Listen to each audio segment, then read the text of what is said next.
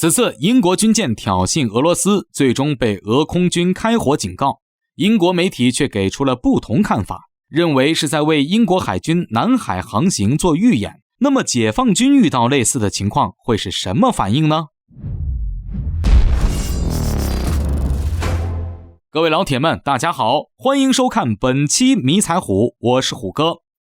这两天的一个热点新闻想必大家也都看到了，就在前两天，英国海军舰艇在黑海海域强闯克里米亚12海里领海，结果被俄罗斯空军警告射击，顺便还扔了几个铁炸弹，最终灰溜溜地逃走了。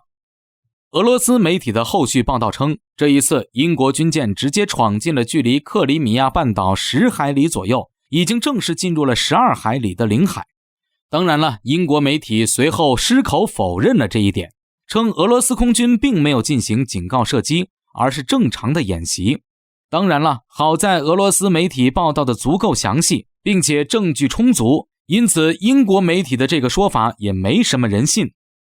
而此次黑海事件，英国和俄罗斯双方都能宣称自己是胜利者。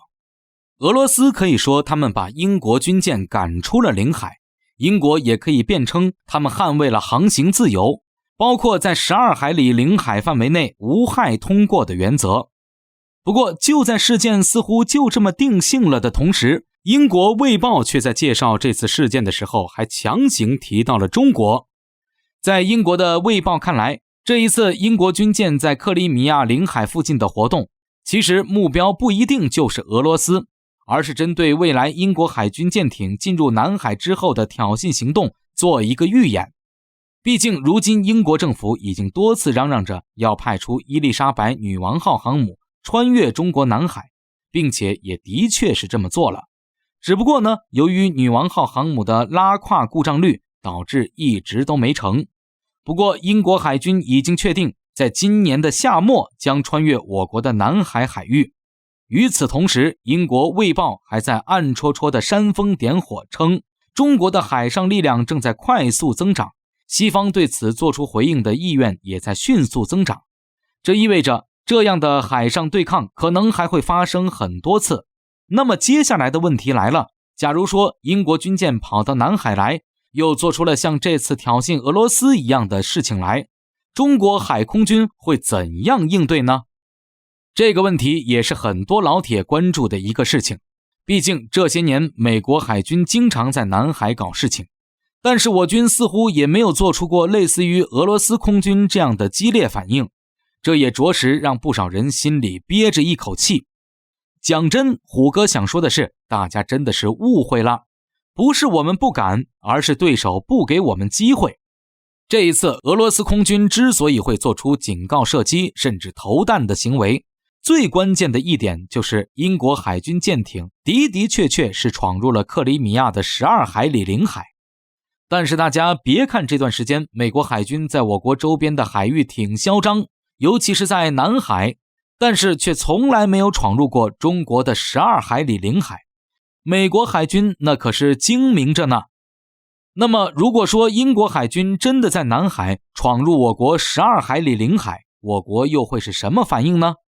这个还是先来看一看历史上的我军是怎样做的吧。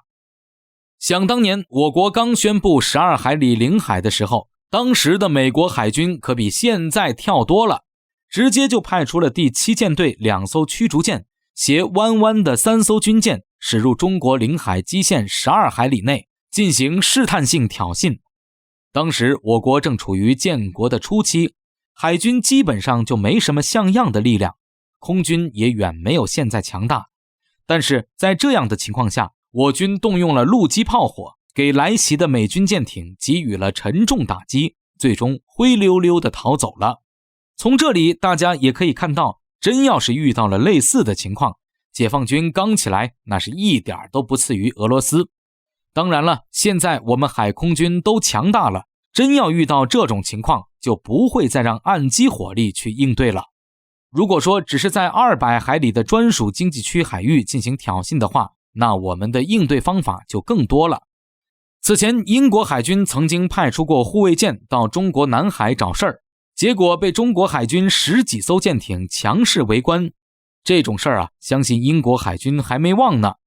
假如说英国女王号航母真来南海搞什么自由航行，那我们大不了派出航母再围观一次，顺便还能进行一些模拟攻击，练练兵也是极好的。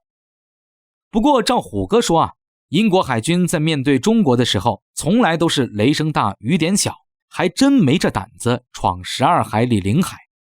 所以说呢，解放军的海空军啊，到时候应该也就是搞搞模拟攻击驱离之类的，想要实操一把的可能性还真不大。